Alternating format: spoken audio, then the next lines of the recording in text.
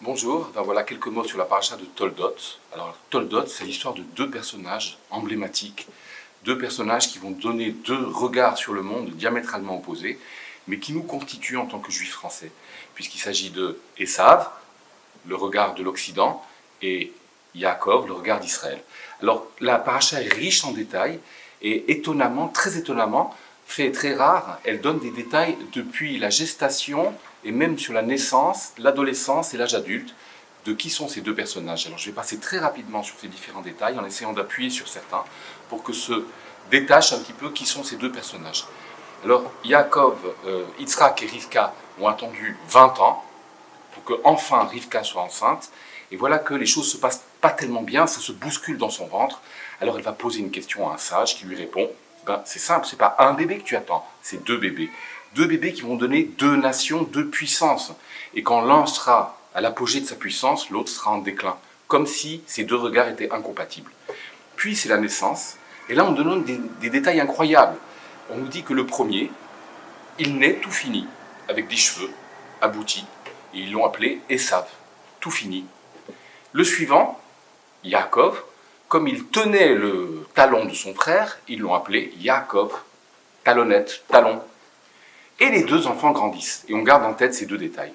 Ils grandissent et à l'âge de l'adolescence, ils vont un petit peu se déterminer dans leur caractère, et Esav, il est Ishsadé. C'est un homme qui aime bien sortir, qui aime la chasse, qui part à l'extérieur, et Yaakov, il est Ishtam Yoshev Oalim, il est plutôt casanier, il est plutôt intérieur. Mais attention, méfions-nous des caricatures. Yitzhak, qui n'est pas n'importe qui, c'est quand même Yitzhak Avinu, il préfère Esav. Donc Esav est porteur de quelque chose de très précieux. Ce côté, je sors, je vais dans les champs, je suis un homme d'action, est quelque chose de très précieux qu'il ne faut pas mettre de côté.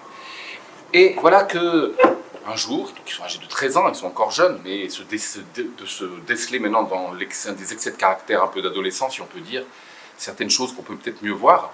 Yaakov est en train de préparer un plat de lentilles rouges, très important.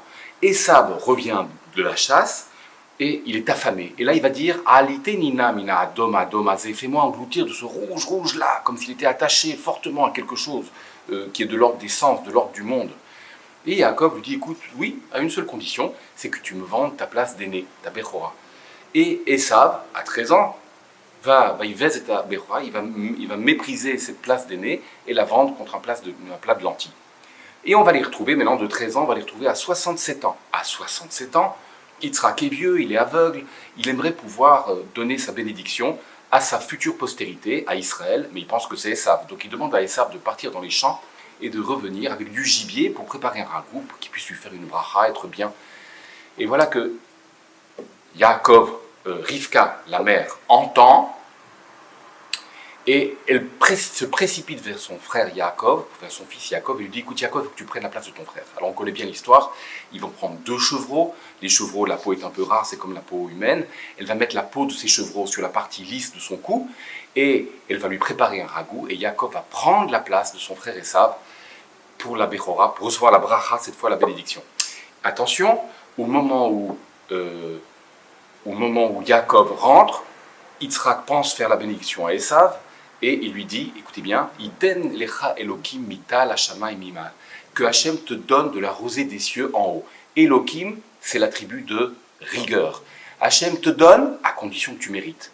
Attention, le monde, d'accord, il n'est pas figé, il n'est pas tout fini comme Esav. Il est potentiellement, il peut devenir quelque chose à condition, mais par notre mérite. C'est nous qui façonnons le monde par notre mérite. Puis ensuite, Yaakov se retire, et Esav revient de la chasse, il prend la place de son frère, il apprend que son frère l'a roulé, il crie, il pleure, mais son père lui donne quand même une bracha, et cette bracha sera Bishmane haaretz yemoshavecha, ta terre soit de la plus grasse des terres. Rashi nous dit que c'est Italia chez Yavan, le sud de l'Italie et la Sicile, et donc attention, Bishmane haaretz yemoshavecha, quoi qu'il arrive, que tu mérites ou que tu ne mérites pas, d'emblée ta terre sera une terre fertile. Voilà, Shabbat Shalom.